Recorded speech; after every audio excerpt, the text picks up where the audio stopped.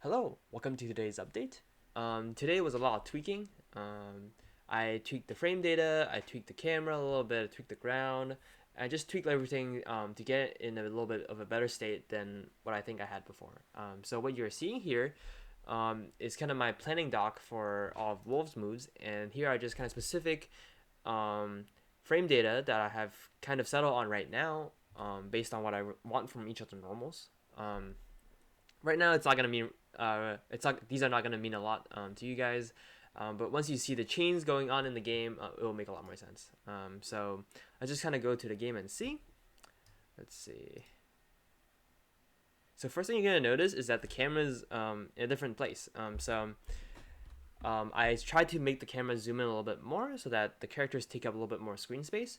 And also the other thing is that you can see the ground's a little bit different now because I think each of the tiles was kind of distracting me from seeing what exactly the space was.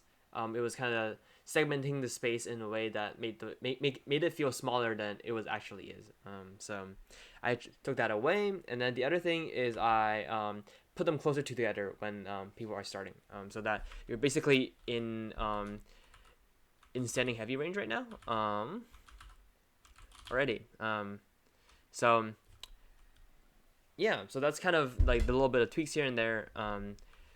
Few things about chains, so that I kind of started. Maybe I'll go through a little bit of my thought process behind it, how I designed the frame data and stuff like that. So a lot of that is based on me researching both other games and see what the normal frame datas are, because I think those have a lot to do with human reaction speed, how things come together in terms of different moves chaining together and stuff like that. So I use that as a starting basis for what I want, and then I go about designing a lot of different things. So first thing is kind of like thinking about ranges and see what characters can do at different ranges, seeing what sort of risk and reward a character should be taking at different ranges and what options do they have, whether whether and designing moves so that some moves are better against certain options and some moves are worse against other options and stuff like that. So starting from kind of the furthest range where you are kind of like the standing heavy range, what you the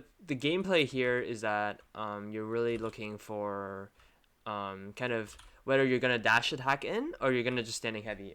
That's really the play you're going. You can either whiff punish. You can also whiff punish, right? With your standing heavy. It actually currently doesn't extend your hitbox right now, so you can't whiff punish. But maybe I'll implement that in the future.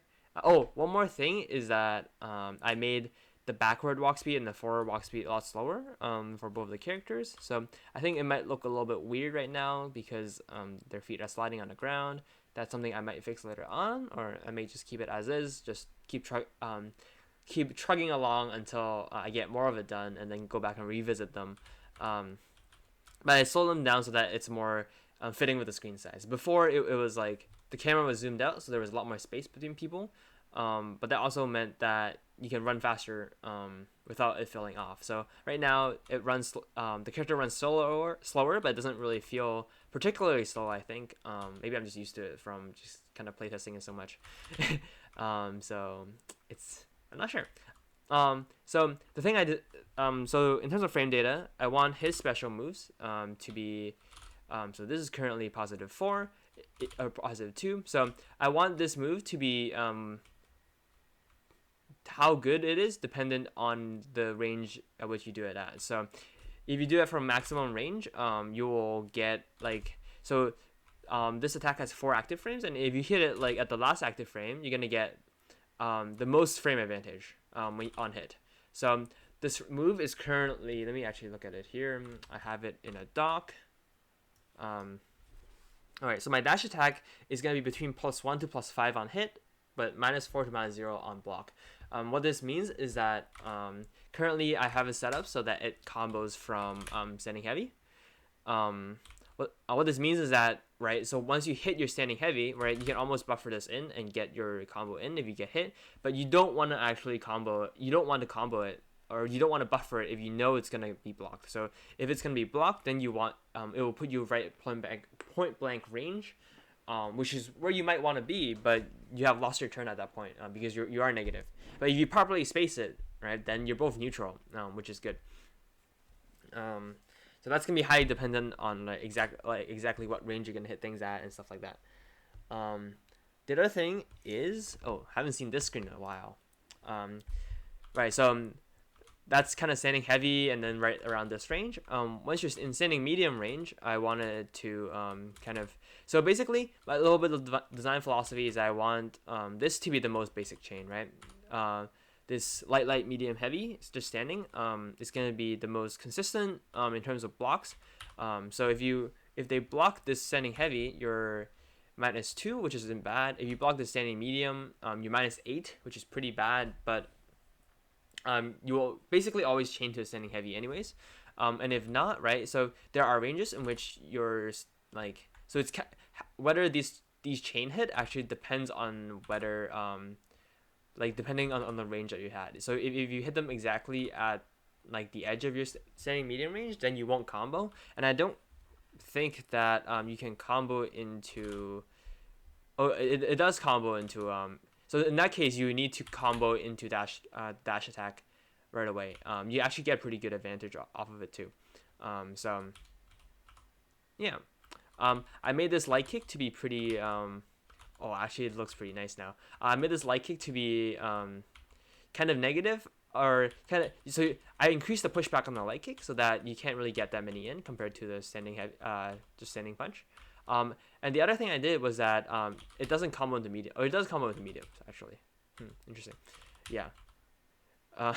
So currently, I just want you to be able to not be able to check low. So you're giving up space, right? So you're pushing the opponent more back when you're doing this like crouching light. And you're giving up your turn, or you're not giving up your turn, right? So if they block it, right, then you have less room to do less room to pressure, right? It's when you cancel into light punch, right, you're already further away from them.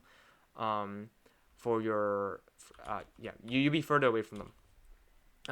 The other thing is that I have this crushing medium punch, and I really want this attack to be kind of the big attack that you hit, right? So if you land a hit close enough to if you hit them close enough, right? So I think this combos. Wait, actually, it doesn't. Yeah. So there's a few things that combos into it. So currently only standing medium combos into it. Which actually push them out of the range in which you can do this combo, I think.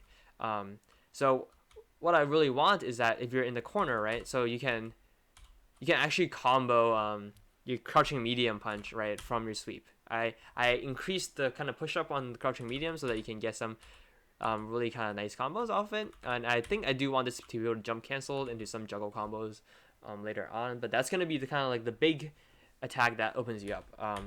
Aside from that, there's definitely still the command dash that lets you get back in once you're a little bit out of range and you catch them kind of just waiting on your attack, right? And if there are definitely still frame traps you can do, right? So for example, you can do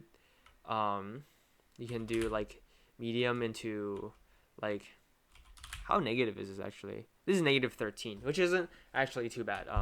So if you catch them sleeping, right, you can do like heavy and then go back in, or you can and then if you see them, right, that they're trying to press buttons after you're heavy, right, then you can go sweep, right? So that's kind of like the little bit of mix up there. I purposely made the sweep because it's so long range to be pretty negative on block. So if you block it, oops, so that didn't break anything, right? You're like -9 on block, which is pretty bad in terms of like them getting initiative, especially because I think if you do them too close, you can definitely get punished with a standing medium. So it's all about kind of spacing. So the way I'm structuring the game is that it's all about spacing, right? It's all about situations and kind of risks and like what kind of things are good on block and good on hit, and making sure that each individual move has a purpose, right?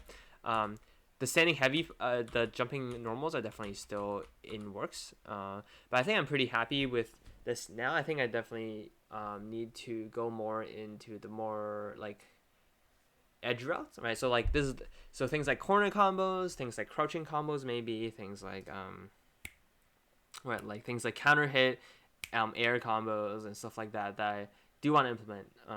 I think I do want to get things like jump cancels to be in the game soon, or I might actually want maybe like command dash version of command dash version of that jumps into the air, and like somewhat like Ibuki.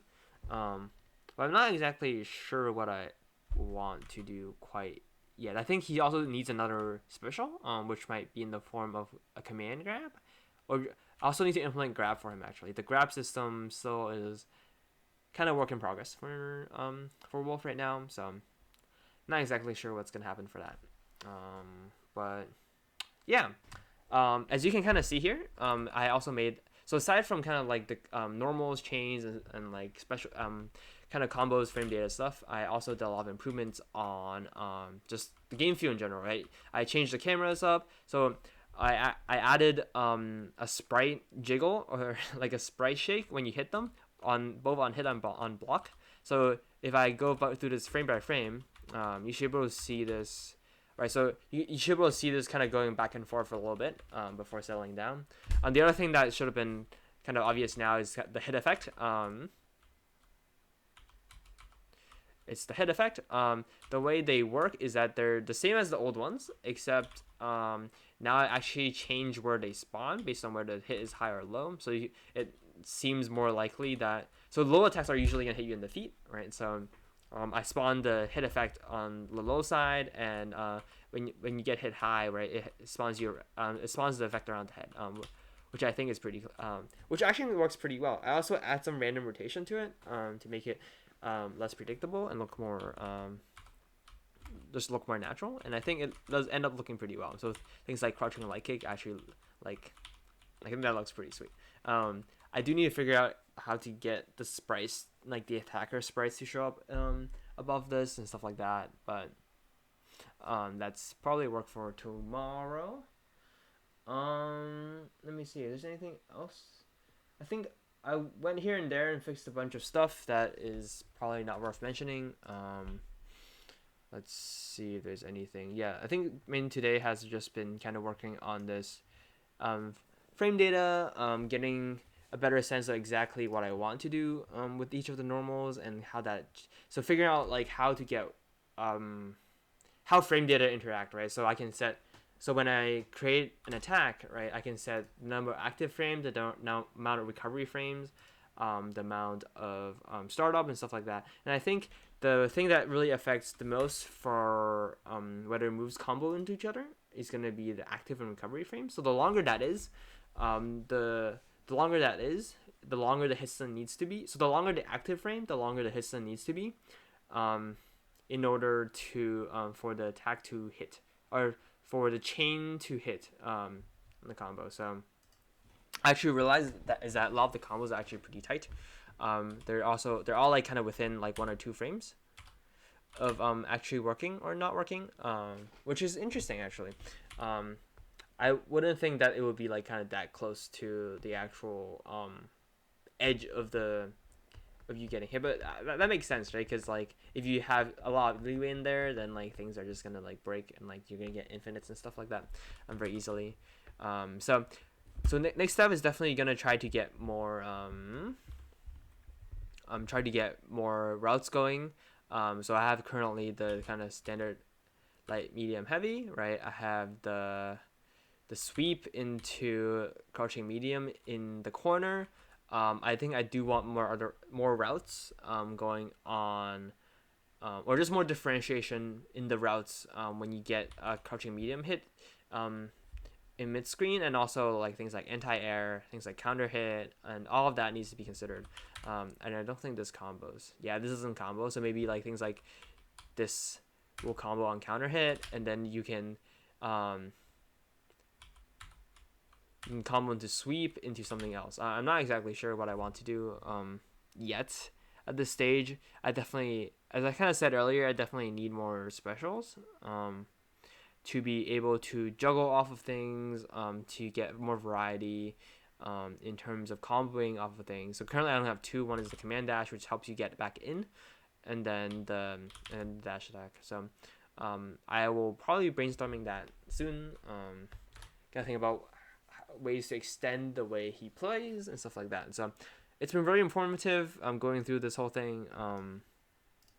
You realize how much of a knife edge everything is on. So things like if I make crouching light combo into crouching medium, then I had to make it combo into like standing medium first because just the way the frame data works out. So yeah, I'm kind of surprised how well things like Guilty Gear and like Blaze Blue is able to standardize attacks. So we can actually take a look over here. So the way their attacks works is that instead of individual attacks having their own like hit stun and block stun and stuff like that, Guilty Gear and Blaze Blue have standardized attack levels for each of the attacks. So each attack deals some number of hit stop, hit stun, and stuff like that, and that's common across all moves of that level. And obviously, each move is different based, like the moves level is different based on the characters. And it's interesting how they kind of get everything to work out, as long by just tweaking the recoveries and tweaking the active, or like tweaking the recovery, tweaking the active, tweaking the startup, and then make kind of them all play together nicely.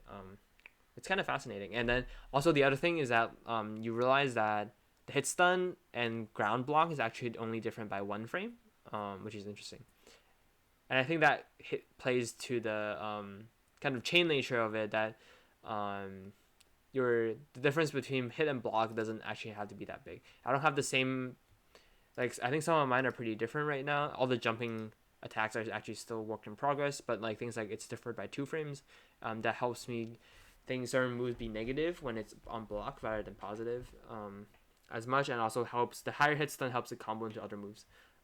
So anyways, I've babbled on long enough. So thank you for listening if you made it that far. And yeah, look forward to more updates in the future. Thanks. Bye.